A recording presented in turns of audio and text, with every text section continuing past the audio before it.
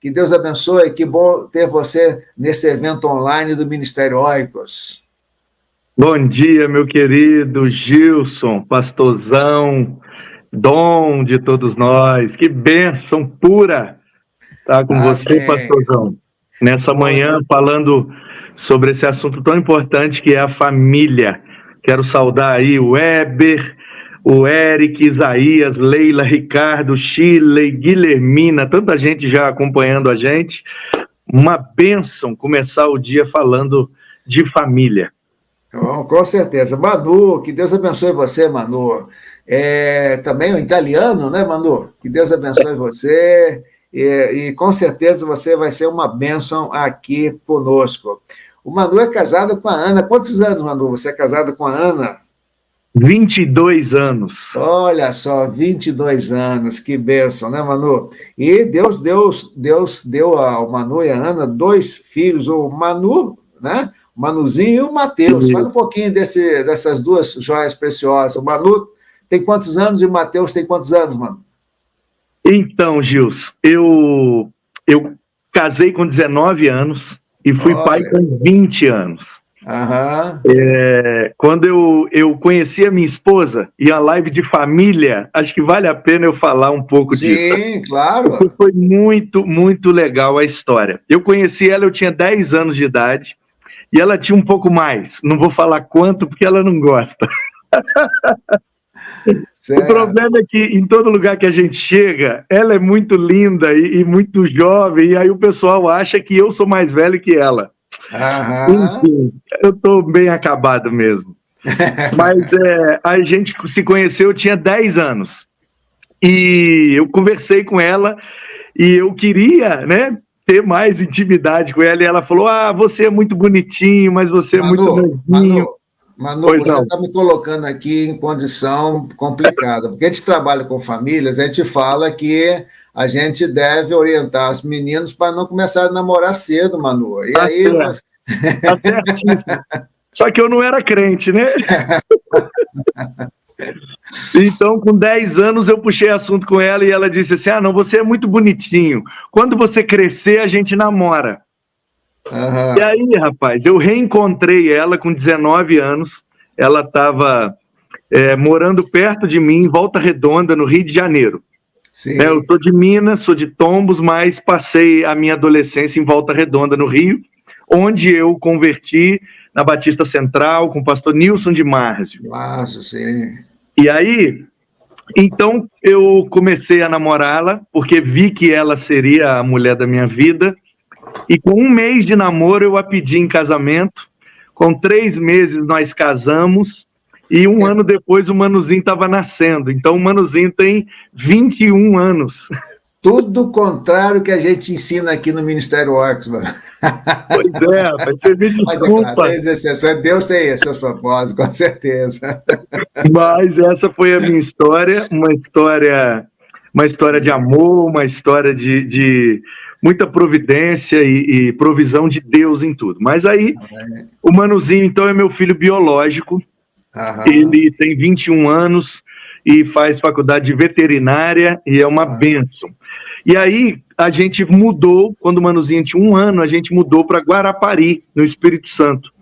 Eu fui para trabalhar e foi lá onde aflorou a minha vocação, o envolvimento com a igreja e tudo começou na questão ministerial. E aí eu fui fazer um trabalho, eu trabalhava com juventude e a gente foi fazer um trabalho na periferia de Guarapari, num bairro chamado Condados. E aí foi lá onde eu conheci um menino que tinha 7 anos na época, que é o Mateus. E aí ele, né, segurou na minha perna e me leva, aquela coisa e tal. Conversei com o pai dele, então eu levei ele para dar um passeio, depois levei para a igreja. Ele aprendeu o caminho da minha casa e depois ele ia para a escola, ao invés de ele ir para a casa dele, ele ia para a minha, e foi ficando lá em casa e está aqui até hoje, está em São Paulo com a gente. Ele tem 26 anos hoje. Que legal, que bênção, né? Que bênção, que legal, Manu. Isso realmente a gente precisa trabalhar mais. Aliás, dia 25 de maio é o dia da adoção, né? É um tema importante para a gente trabalhar em família, de 25 de maio, é o dia da adoção. Além também de ser o dia do meu casamento, que eu celebro mais um ano de vida de casamento com a Beth, né? Casamos no dia 25 de maio de 1985. Você já era nascido, Manu? Não, né? Estava nas fraldas.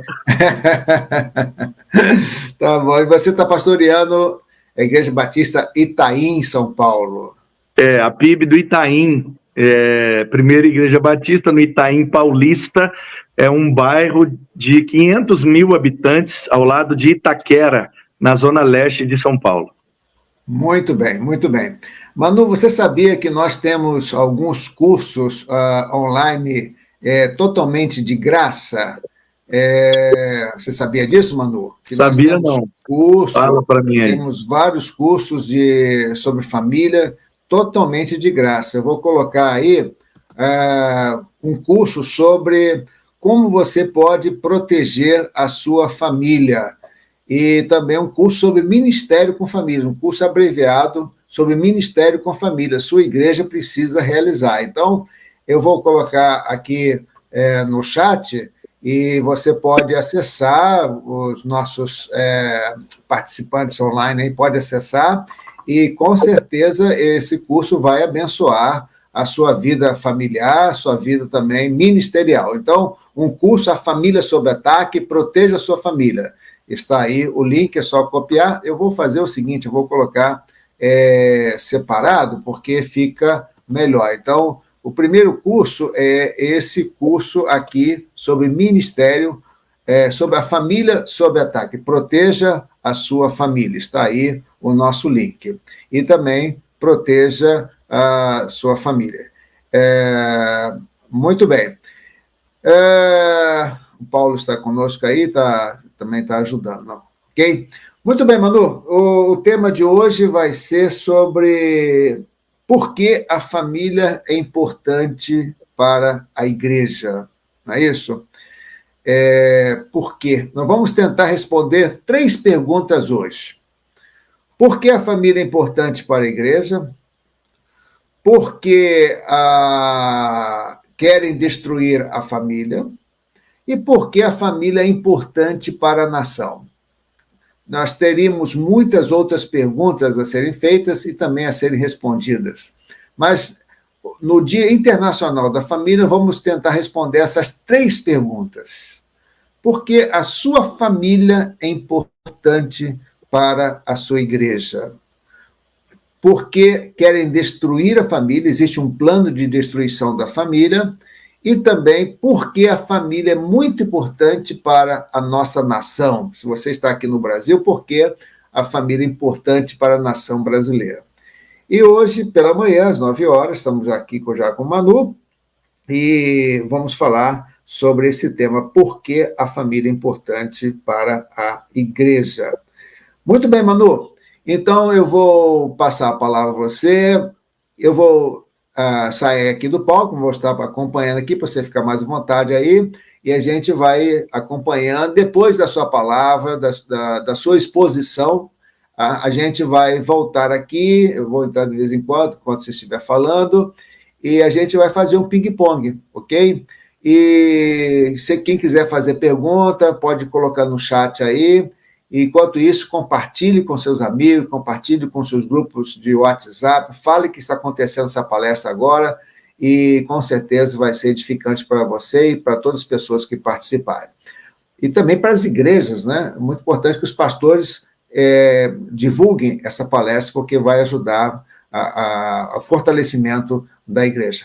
Manu, então a palavra está com você, você vai fazer a sua exposição, depois eu volto, a gente faz um ping-pong e encerra essa primeira palestra desse ciclo de palestras sobre família no Dia Internacional da Família.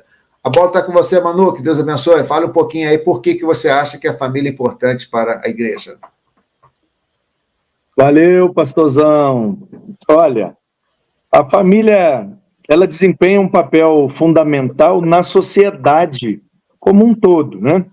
Ela é a base da nossa estrutura social, é responsável por fornecer um suporte emocional, educacional e também financeiro a todos que pertencem à família. É na família que a gente encontra essa base, essa proteção que está em torno de todas as pessoas, porque essa é a maneira que Deus decidiu que todos viessem ao mundo, através de uma família.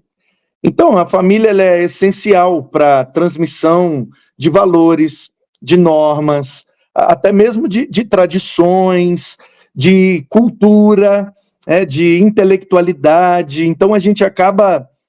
a primeira fonte de conhecimento, de entendimento, a primeira fonte de cosmovisão de todas as pessoas é a sua família. E a família contribui, então, para a formação da identidade, do caráter, e tudo que está em torno da pessoa, e todos os seres humanos, eles são primeiramente influenciados pelos da sua família. Então, é na família que a gente aprende sobre relacionamentos, resolução de conflitos, solução, às vezes, de conflitos, de dilemas, as responsabilidades sociais. A gente aprende tudo isso, em primeiro lugar, dentro da nossa casa ou no ambiente em que nós somos criados. E as nossas interações na sociedade acabam refletindo muito das nossas interações dentro de casa, ou na nossa família, ou no lugar onde nós estamos sendo criados e conduzidos a partir ali logo da primeira infância. Então, as crianças, elas vão, do lado de fora da família, vão demonstrar aquilo que elas vivem do lado de dentro da família. E a Bíblia destaca a importância da família em várias passagens, né? Ali, logo no início, mostrando a instituição da família como algo sagrado, fundamental. A gente tem ali Gênesis 2, 24, né? Onde diz que o homem deixará o seu pai, a sua mãe, se unirá à sua esposa e se tornará com ela uma só carne. Há ali, então, uma unidade de dois indivíduos que agora passam a ser uma família. E isso enfatiza, então, a ideia da família como uma unidade indivisível e central na vida de todas as pessoas. Além disso, a Bíblia instrui os pais a educarem os filhos também, segundo os preceitos do Senhor. Provérbios 22:6 diz que a gente precisa ensinar a criança no caminho. Eu acho muito importante a gente prestar atenção nisso. Não é ensinar o caminho, mas ensinar no caminho. Isso pressupõe que a gente vai andar junto. Enquanto nós caminhamos, as crianças vão caminhando com a gente no caminho.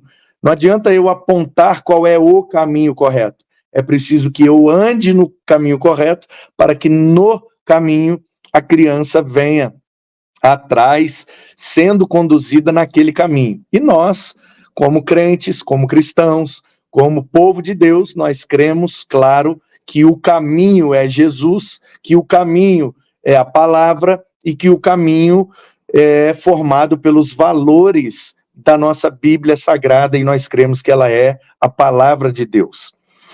Outro aspecto importante que também precisamos lembrar é que a família, ela também nos molda com relação à solidariedade, ao altruísmo. É na família que a gente aprende a deixar um pouco de comida para quem ainda não comeu. Na família que a gente aprende os valores de compartilhar tudo aquilo que a gente tem. Na família é que a gente aprende a questão da honra, o princípio da honra, de honrar os pais, como Paulo orienta a igreja de Éfeso, no capítulo 6. Então, a família, ela é, na Bíblia, muito focada, muito utilizada pela inspiração divina para nos lembrar a todo tempo a sua importância e também a influência que a família exerce na vida de todas as pessoas. Então, dito isso, de forma introdutória, olhando para a igreja como uma micro-sociedade, uma comunidade, um ajuntamento de pessoas, da mesma forma que a família é muito importante para a sociedade, ela se torna essencial para a igreja, porque a igreja é formada de pessoas oriundas, cada uma de uma família. E quando nós conseguimos congregar e conviver na igreja em família, aí a gente atinge, na minha opinião, o ápice do que Deus planejou para nós. Termos uma igreja dentro de casa, vamos dizer assim, onde a nossa família se torna a nossa primeira igreja e a nossa igreja se torna a nossa família. Esse, eu acho que é o ápice do que Deus planejou para nós. Vivermos em comunidade, orientados pelos preceitos e pelas orientações do Senhor, onde a nossa casa se torna a nossa igreja e a nossa igreja se torna a nossa casa. Isso é maravilhoso. E, às vezes, nós que somos pastores, às vezes a gente encontra algumas pessoas na rua e elas estão, às vezes, acompanhadas e vêm nos apresentar. Olha, pastor, tá aqui essa pessoa, né? É meu irmão, ou é minha irmã. Aí, às vezes, a pessoa enfatiza, ela diz, é meu irmão de sangue, tá, pastor? É minha irmã de sangue. Como quem diz assim, não é irmão da igreja, não é irmã da igreja. E eu não sei, pastor Gils, qual foi o sangue que te colocou nessa família chamada igreja, mas o sangue que me colocou nessa família foi o sangue de Jesus. Então, se você foi colocado nessa família pelo sangue de Jesus, então nós somos irmãos de sangue também, né? Essa ideia de que esse é meu irmão de sangue, aquele é meu irmão da igreja.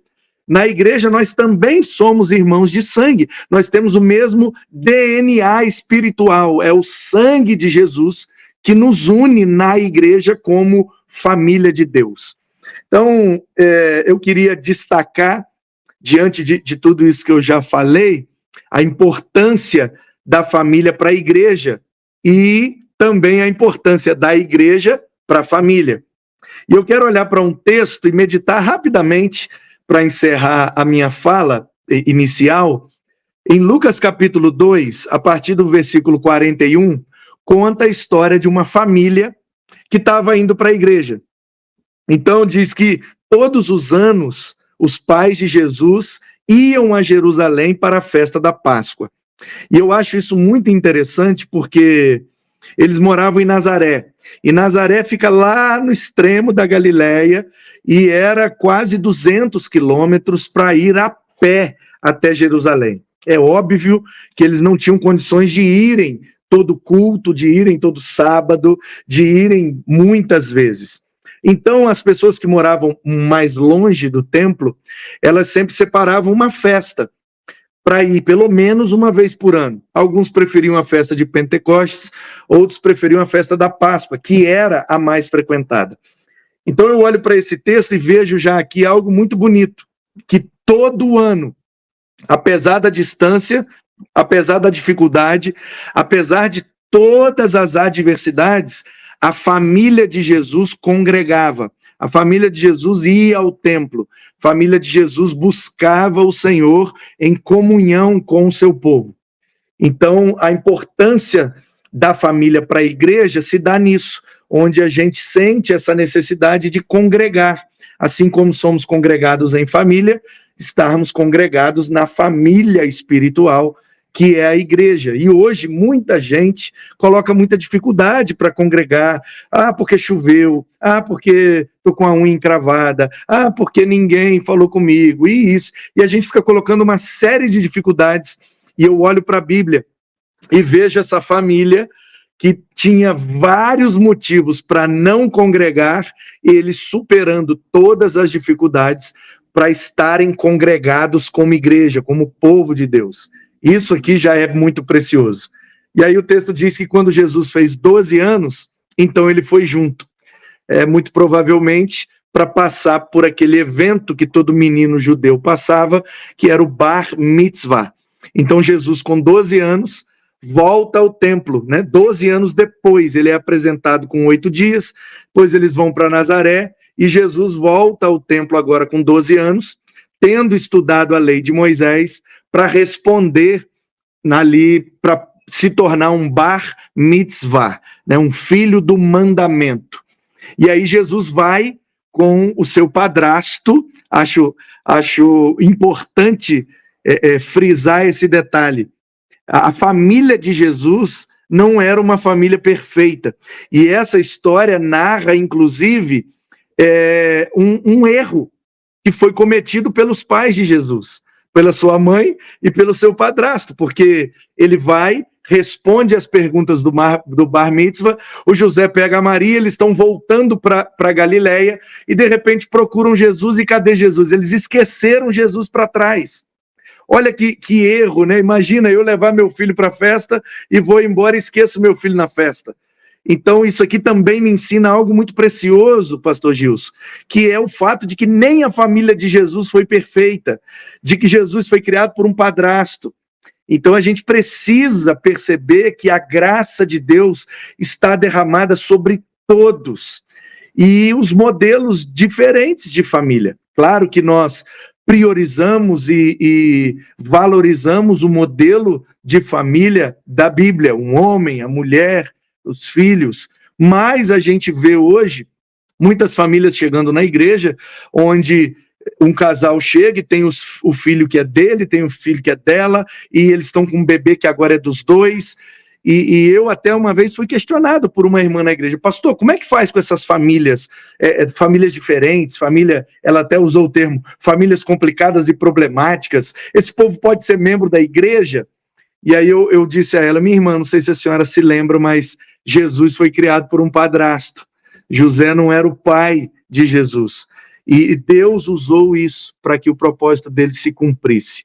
Então o nosso papel como igreja é ser uma agência do reino e um instrumento de graça para todas as famílias, seja no modelo que for, seja do formato que for, a gente deve abraçar a todos, porque a família é importante para a igreja e a igreja é importante para a família.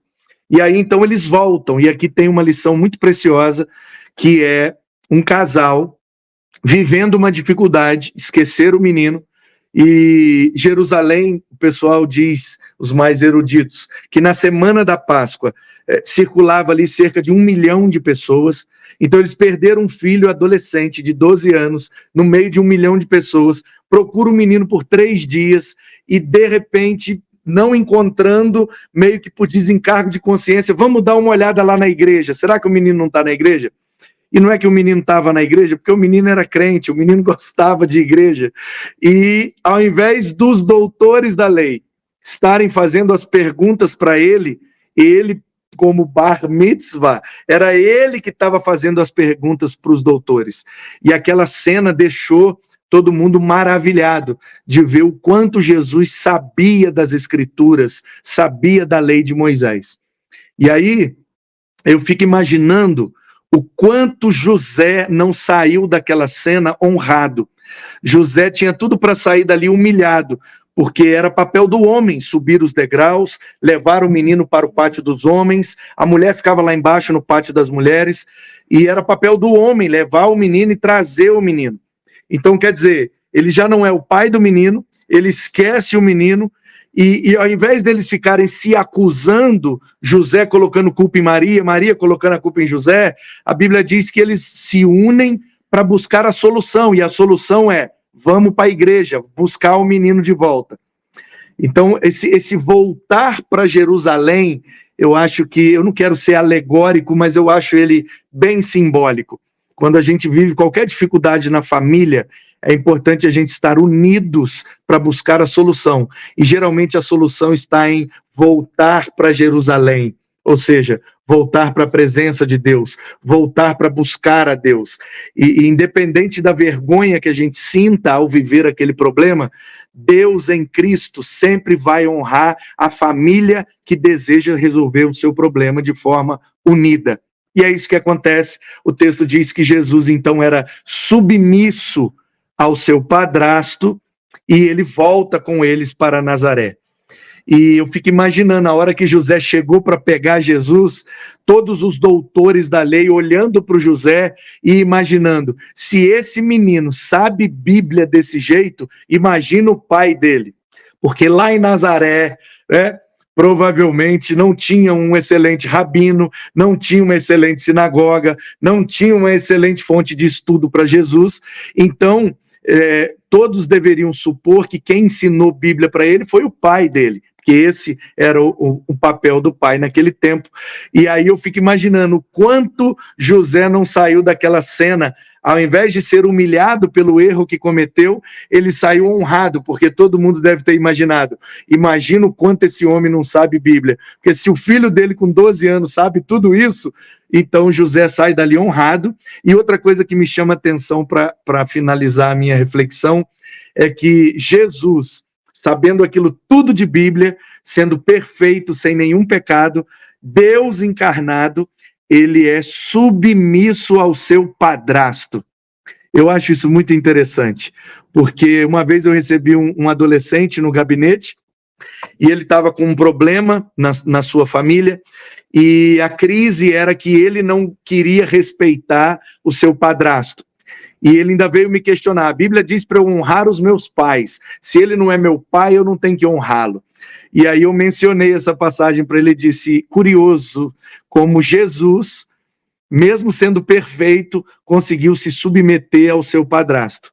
E você, que é pecador, que não sabe quase nada de Bíblia, está se achando no direito de desrespeitar aquele homem que está lá na sua casa só porque ele é o seu padrasto. Então, eu gosto muito de perceber esses detalhes, sabe, que confronta essas nossas convicções muito, muito certinhas, muito ideais, e eu gosto mais de pisar no chão e perceber que a vida é ao vivo e que nenhuma família é perfeita, e por isso é importante a família na igreja, é importante a igreja para a família, porque se a gente não aprendeu em casa, certamente na igreja teremos muito para aprender a como ser família de acordo com a vontade de Deus. Então é óbvio que a família é muito importante para a igreja e a igreja é muito importante para a família. E essa é uma relação simbiótica, onde a família ajuda a igreja ajuda a família, e é algo muito lindo, planejado por Deus, que eu tenho o maior prazer em dizer hoje que eu e a minha família servimos ao Senhor. Eu estou na igreja praticamente em todos os cultos, com a minha esposa, com os meus filhos. Isso me ajuda muito como pai, como marido, e certamente isso também ajuda aos da minha família, e por isso é muito importante a igreja estar influenciando a família e a família estar aprendendo e influenciando a igreja. Enfim, para começar, é isso. Muito obrigado, pastor Manu. Quero fazer aqui duas provocações, Manu. Como que você pode explicar, então? Você já falou, mas vamos, então, aprofundar um pouco esse tema. A família como extensão da igreja e a igreja como extensão da família. Como que você coloca isso em palavras assim, mais claras, né? Ainda mais? Quando que a família é uma extensão da igreja? E depois você vai colocar como que a igreja pode ser uma extensão da família. E aí já tem essa pergunta da nossa amiga aqui, a minha amiga Isilda, que faz a seguinte pergunta: gostaria de saber a opinião do pastor Manu. A igreja hoje tem perdido características de família, como, por exemplo, a comunhão e a empatia.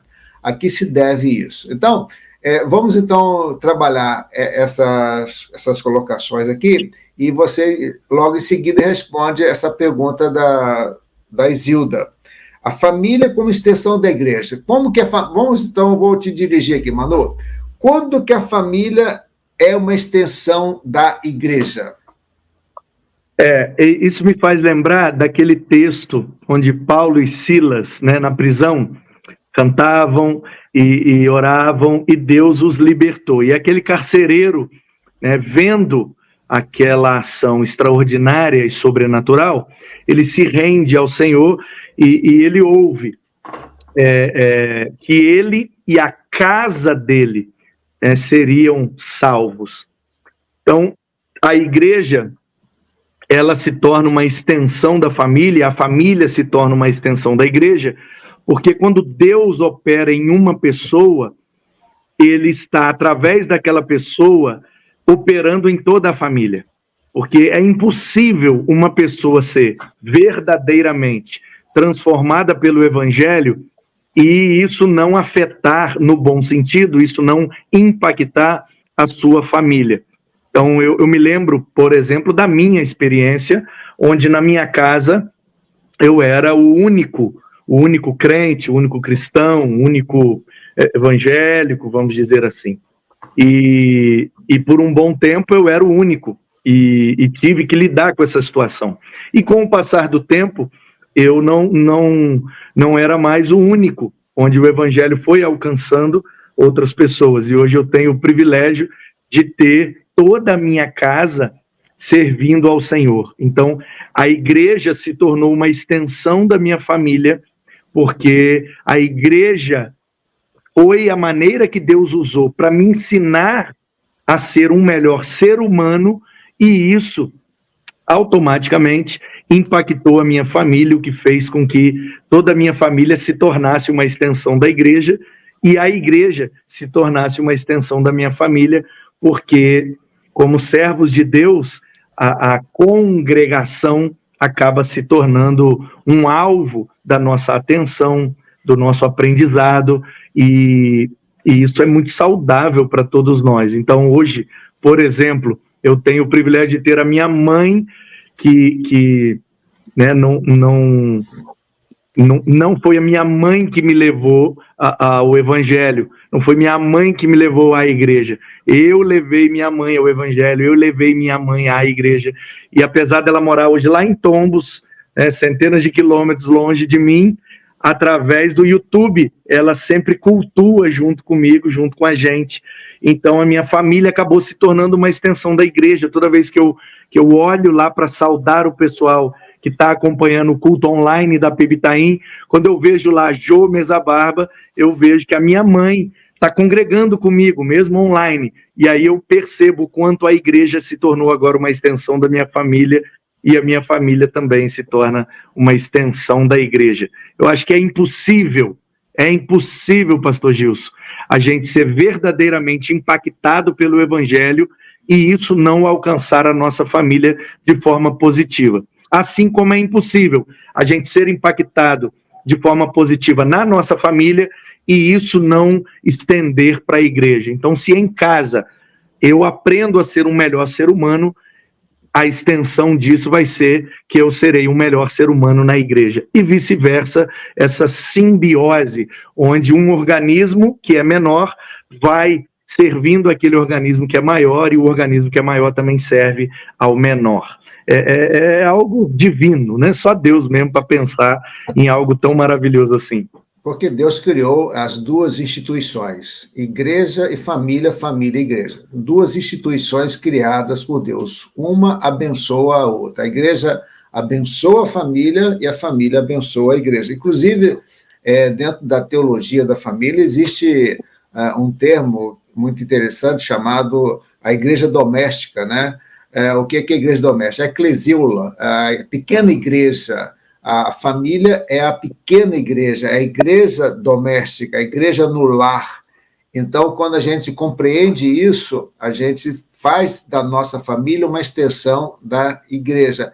E a igreja também se torna uma extensão da família. E aí vem a pergunta da Isilda, que eu gostaria que você respondesse. A Isilda, amiga nossa, diz: gostaria de saber a opinião do pastor Manu. A igreja hoje tem perdido as características de família, como, por exemplo, a comunhão, a empatia. A que se deve isso? Na sua opinião, pastor Manu?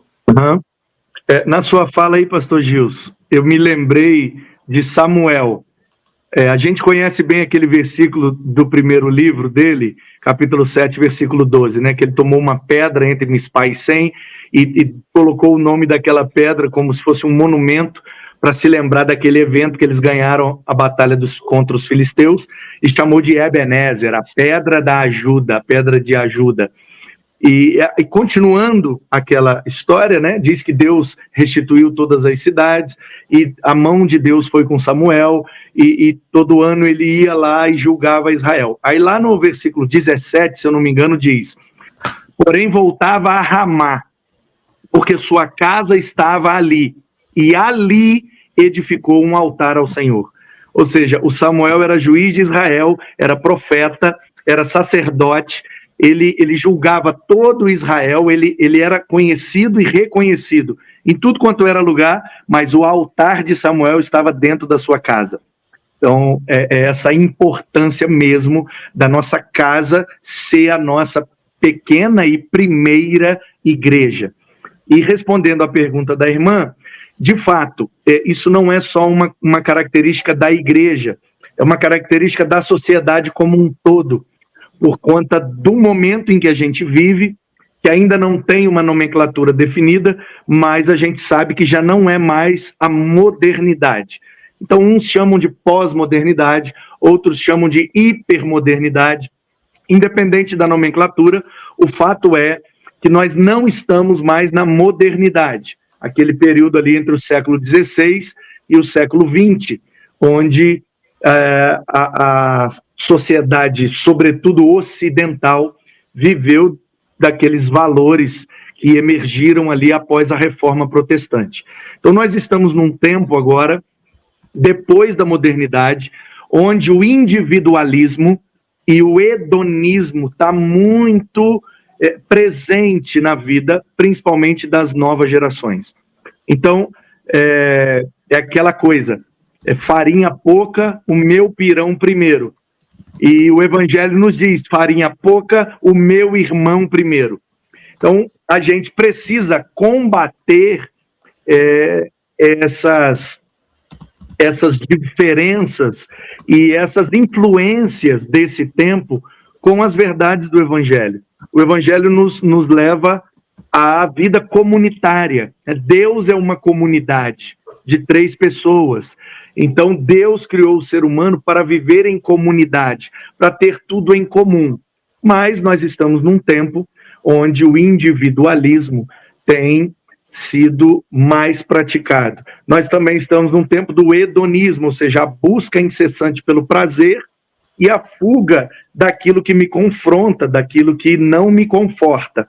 Então, infelizmente, a igreja também sofre a influência dessa mudança comportamental e a gente percebe a igreja ficando também cada vez mais fria, os irmãos ficando cada vez mais distantes, a correria e muitos afazeres, então a gente precisa reconhecer, isso é um fato, isso está acontecendo nos dias atuais, mas a gente não pode se deixar levar, nem se render a essa influência, a gente precisa lutar contra isso e manter, o máximo que depender de nós, manter a igreja como uma comunidade de irmãos, fraternos, que buscam a comunhão mesmo, ter tudo em comum e pensar no outro antes de pensar em si mesmo.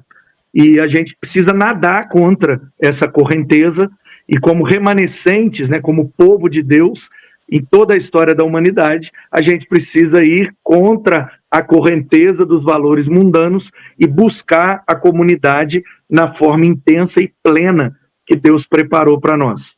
Realmente é difícil, mas é uma luta que a gente não pode desistir. Vamos continuar insistindo na comunidade, na vida comunitária, na prática da comunhão e o altruísmo. Pensar sempre no outro antes de pensar em mim mesmo. Inclusive, uma das metáforas da Bíblia é que a igreja é família. A igreja é a lavoura de Deus, a igreja é o corpo de Cristo, mas também a Bíblia diz que a igreja é família de Deus. Então, a igreja precisa realmente, a Isilda está muito certa na sua preocupação, A igreja, eu tenho um curso sobre isso, não adianta fazer ministério com família se a igreja não é família. Então, um curso de ministério com famílias, eu falo muito sobre isso e dou alguns caminhos como a igreja pode desenvolver essa ambiência de família, porque a igreja precisa desenvolver essa ambiência de família, porque a igreja é a família de Deus. E eu creio que uma das razões desse distanciamento, desse ideal de Deus, está nas megas igrejas, que se perde muito. Não que a igreja não precise crescer, claro, a igreja, isso é muito importante ter as megas igrejas, mas o caminho aí é buscar aí os pequenos grupos, não é isso, Manu? Porque senão fica difícil manter um relacionamento de família na igreja. Mesmo que a sua igreja seja uma grande igreja, uma mega igreja, uma das saídas é você fazer relacionamentos mais assim profundos, com um número limitado de pessoas. Os pequenos grupos ajudam nisso. Uma pergunta aqui do Eliel, ele está fazendo uma pergunta muito interessante também desse caminho. Pastor, será que o crescimento das redes sociais não vem distanciando as pessoas desse relacionamento próximo? Porque a igreja é um encontro de pessoas que faz a ambiência familiar. E aí nós temos os cultos online, as redes sociais. Qual a sua opinião sobre isso, Manu? Olha, é muito bom a sua colocação, pastor Gil, sobre os pequenos grupos. E existem muitas ferramentas que podem contribuir com a vida comunitária e com a comunhão, a empatia, como a irmã Isilda colocou.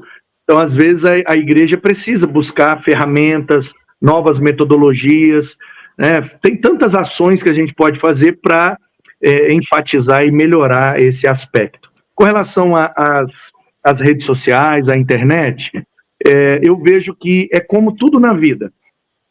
Um carro pode ser uma bênção, mas pode ser uma maldição. Uma faca pode ser uma bênção, mas pode ser uma maldição. Depende da maneira como a gente usa. Então, eu acho que as redes sociais, dependendo da maneira como a gente usa, pode sim afastar. Mas, se a gente usar de forma assertiva, saudável e intencional, eu acho que as redes sociais podem até nos aproximar. Então, eu, por exemplo, eu uso muito as redes sociais para me aproximar. Então, se eu consigo hoje falar todos os dias com a minha mãe, devido à rede social. Se eu estou viajando, eu falo todos os dias com a minha família através das redes sociais. Todos os dias eu tenho acesso e me comunico com o rebanho que Deus me confiou através das redes sociais. Então, por exemplo, no Instagram eu só sigo quem eu pastoreio. Então, hoje no meu Instagram eu só sigo ou alguns amigos muito próximos, para ter também esse relacionamento mais próximo, ou as ovelhas que Jesus tem me confiado aqui no Itaim. De forma que todos os dias, ao olhar o meu Instagram, eu estou vendo o dia a dia das ovelhas, e ali eu faço um comentário, ali eu faço um elogio, ali eu já chamo num particular, ali eu posso exortar, ali eu posso perguntar. Eu vi um story mais triste, eu já comento, e a pessoa já, oi, tá tudo bem? Está acontecendo alguma coisa, eu posso ajudar, e ali já abre um canal para pastorear aquela pessoa. Eu envio a minha devocional pelo WhatsApp, então todos os irmãos da PIB Itaim têm acesso ao meu devocional. Eu mando mensagens, os links dos cultos, materiais que eu acho edificante, vagas de emprego, tanta coisa a gente pode fazer através das redes sociais para nos aproximar como igreja. Então, se você pensar há alguns anos atrás, seria impossível um pastor ter um contato diário com todas as suas ovelhas. Hoje em dia, as redes sociais nos proporcionam isso. Então, eu acho que a gente deve pensar mais na maneira como a gente usa a ferramenta do que a própria ferramenta. Porque toda ferramenta pode ser uma maldição, mas pode ser uma bênção. Depende da maneira como a gente usa. Então, o meu conselho é: use as redes sociais de forma saudável, intencional, de forma abençoada e prazerosa, e certamente isso vai te aproximar das pessoas e não te afastar delas. Muito bem. Pastor Manu, eu vou começar caminhar em direção ao encerramento, mas eu acho muito importante a gente fazer uma colocação aqui. O irmão fez essa colocação lá no início, mas é muito importante. Eu até escrevi aqui: a igreja é composta de pessoas que vivem em família. Então, isso é muito importante, porque a salvação ela não é familiar, ela tem o reflexo na vida familiar, mas a igreja ela é composta de pessoas que vivem em família, que estão inseridas em famílias, e essas famílias vivem a vida da igreja. Não é isso, pastor Manu? Você que é doutor em teologia, é importante a gente dizer isso, porque tem uma religião que fala que a salvação é da família e que vai haver vai haver um encontro da família na eternidade. Mas então é importante a gente colocar isso, né, aqui, porque a salvação ela é pessoal, não é familiar. Ela vai ter um reflexo na vida familiar, da pessoa ganhar a família para Cristo. Poderia complementar alguma coisa nesse sentido, pastor? Filho de crente não é crentinho, né? Filho de pastor não é pastorzinho, filho de diácono não é diáconozinho.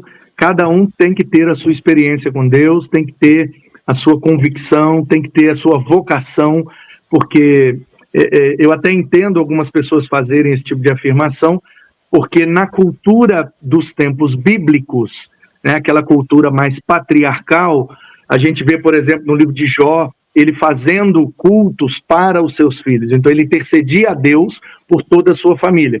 Então, uma coisa é a gente perceber esse elemento na cultura patriarcal. Outra coisa é a gente ver toda a Escritura, e quando a gente lê até o Apocalipse, a gente vê que, embora aquele elemento cultural estivesse presente lá, hoje a gente compreende que a salvação é individual, a vocação é individual, e a igreja abençoa a família toda. Mas isso não quer dizer que toda a família esteja salva.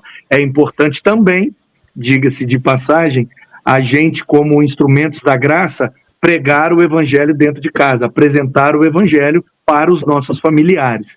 Então, eu tive a oportunidade de apresentar o evangelho, né, para minha esposa, para os meus filhos, e levá-los a tomar uma decisão, e eles foram batizados, e eu tenho esse privilégio de levar a minha família até Cristo, e eu recomendo que todos assim o façam. Não é só frequentar a igreja, precisa haver uma decisão e uma vocação para que cada um cumpra a sua vocação em Deus. Apesar de estarmos juntos como família, a nossa vocação pode ser completamente diferente. No Novo Testamento, a gente percebe quantas famílias foram bênção para as igrejas daquele tempo, por meio da hospitalidade, abrindo as portas para a igreja, porque não havia o templo, a figura do templo, como nós temos hoje, das igrejas cristãs, surgiu a partir do século III, não é isso, Manu? Lá com Constantino, mas a igreja primitiva se reunia nas casas, nas famílias, no ambiente familiar. Outra coisa importante também que eu me lembro aqui, a importância da família para a igreja, é como que a família abençoou, não somente por meio da hospitalidade, mas também dando assim mão de obra, recurso humano. Eu me lembro, por exemplo, de Timóteo, foi criado numa família cristã, Lloyd, Eunice, e esse rapaz, esse homem, ele se tornou uma bênção no ministério de Paulo, uma bênção no ministério da igreja primitiva. Então, foi a família de Lloyd, de Eunice e Timóteo abençoando a igreja daquele tempo. Então, existem muitos exemplos no Novo Testamento de como as famílias foram bênçãos para a igreja primitiva. Muito bem, hoje é o Dia Internacional da Família, então eu desafio você a postar no seu Instagram, no seu Facebook, uma fotografia da sua família e você vai escrever: eu amo a minha família, Dia Internacional da Família, eu amo a minha família. Vamos marcar as redes sociais nesse dia tão importante que é o Dia Internacional da Família, reconhecido pela ONU. Então, coloque no seu Instagram, coloque no Facebook uma fotografia da sua família, você com a sua esposa, com seus filhos, com seus avós, e escreva: eu amo a minha família, Dia Internacional da Família. E o nosso ministério é um ministério Oikos que trabalha com famílias. Para nós, não é apenas o dia 15 de maio, que é o dia da família. Todos os dias nós vivemos família. Então, você pode participar do nosso ministério. Você pode fazer um Pix agora, uma oferta.